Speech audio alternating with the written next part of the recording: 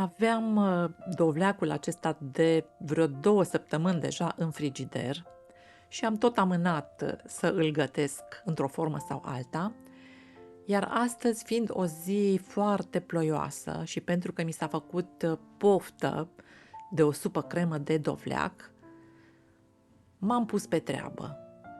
Rețeta, după cum o să vedeți imediat, este una extrem de simplă și imposibil să nu iasă, chiar și unui începător în ale bucătăriei.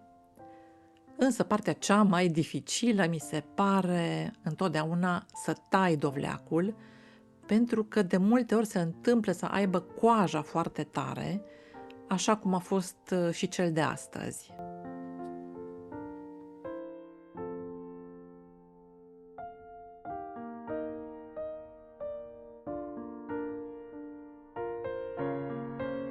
Nici curățatul de coajă nu este cel mai ușor lucru din lume, din același motiv, coaja fiind foarte groasă, însă cu un cuțit bine ascuțit și cu dovleacul tăiat în bucăți mai mici, ne descurcăm până la urmă.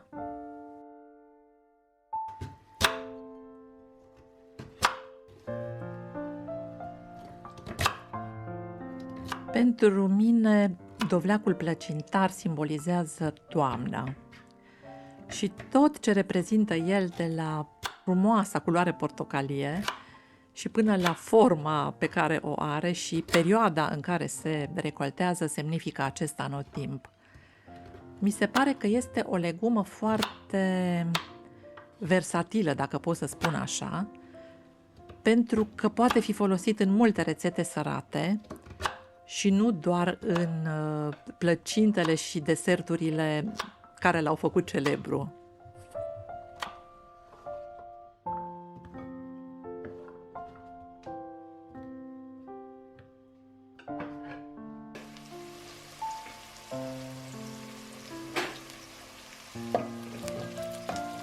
Pentru supa cremă de dovleac am călit o ceapă destul de mare și 3 căței de usturoi în ulei de floarea soarelui, însă usturoiul nu îl pun decât când ceapa este aproape călită, pentru că acesta se arde foarte repede.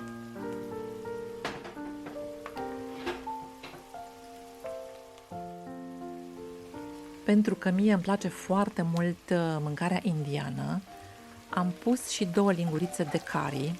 Curry este un condiment, un amestec de condimente specific bucătăriei asiatice, dar puteți să săriți peste acest pas și să puneți un alt condiment care vă place, piper de exemplu sau, de ce nu, mai mult usturoi.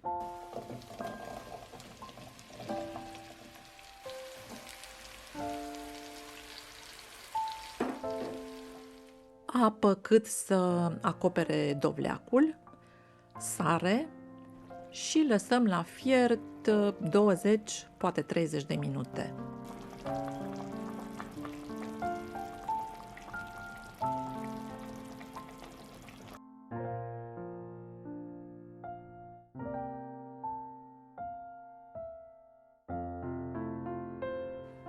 După ce dovleacul a fiert, se mixează foarte bine cu un blender vertical, iar apoi se adaugă lapte de cocos.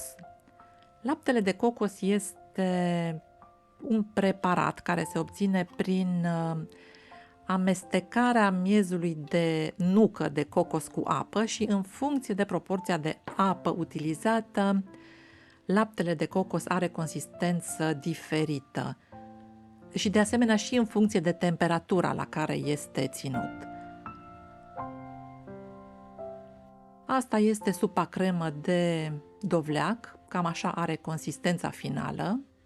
Este de post, deci potrivită și pentru vegetariani. Este cremoasă, sănătoasă și plină de arome minunate.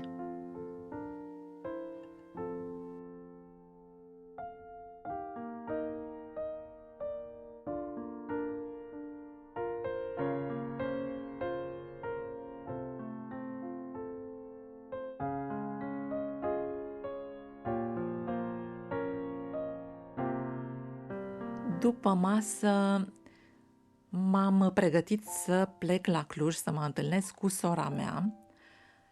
Aveam bilete la balet, la Lacul Lebedelor.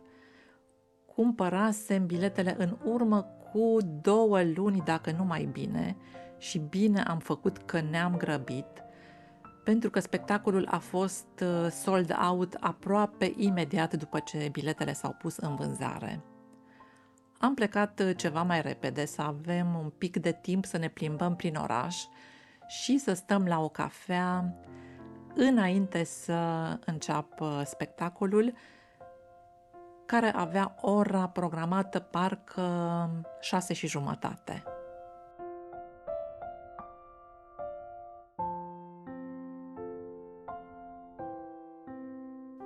Cafeaua pe care ne doream să o bem împreună s-a dovedit a fi până la urmă o băutură alcoolică. Eu am luat ceva cald cu ciocolată neagră și Ileana parcă și-a luat un Campari oranj. Am stat într-un pub foarte drăguț care se numește Che Guevara, chiar în centrul Clujului, în Piața Unirii, lângă statuia lui Matei Corvin.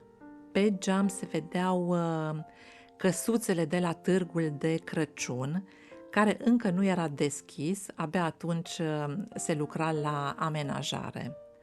Însă atmosfera din pub foarte, foarte caldă, foarte cozy, ne-am simțit extraordinar de bine.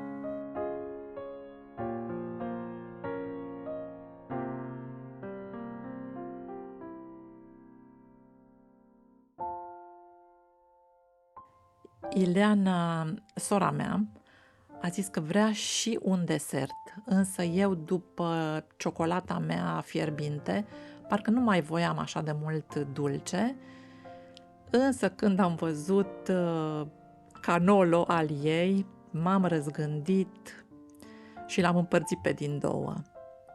Canolii astea sunt niște prăjituri faimoase, siciliene, și sunt un fel de tub din aluat umplut cu o cremă pe bază de ricota. Acesta avea și ciocolată, avea și aromă de lămâie, plus încă niște fructe de pădure. Foarte, foarte bun a fost. Însă suficient unul pentru 2 persoane.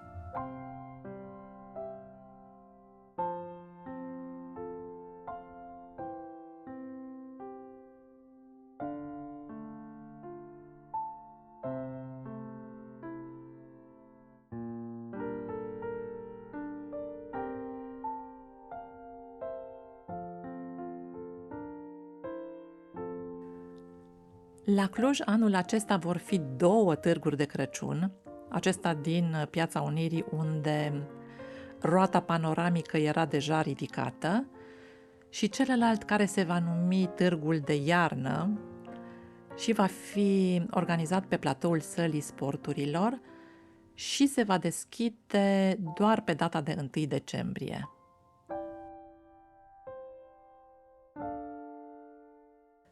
De la pubul nostru, de la Che Guevara, până la operă e cale de vreo 5-10 minute pe Bulevardul Eroilor, însă am plecat să ajungem cu o jumătate de oră înainte de începerea spectacolului, pentru că este așa de plăcut să ai timp să poți intra în atmosferă și să îți tihnească fără să te grăbești să ajungi la locul tău fix la ora la care începe spectacolul.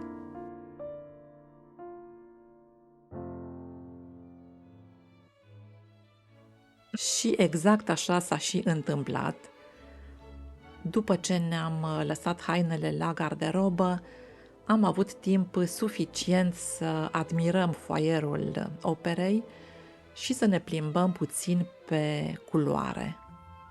Această clădire superbă a fost construită pe la 1900 de către o firmă vieneză specializată în astfel de construcții și, ca un fapt divers din punct de vedere arhitectural, Opera din Cluj prezintă asemănări cu alte câteva dintre cele 48 de teatre construite de firmă.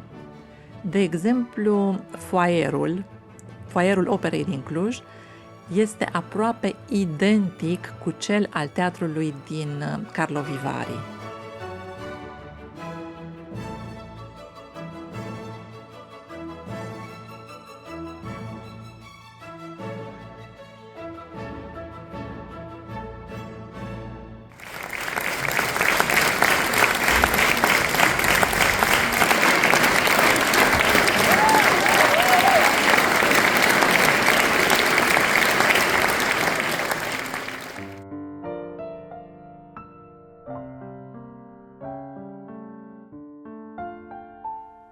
A fost o zi minunată pe care mă bucur că am reușit să o transpun în câteva imagini. Eu vă mulțumesc tuturor pentru vizionare. Dacă v-a plăcut acest video, nu uitați să-i dați un like. Contul meu de Instagram este ioanaspune.ro și m-aș bucura foarte tare să mă urmăriți și acolo. Iar până data viitoare, vă doresc numai bine!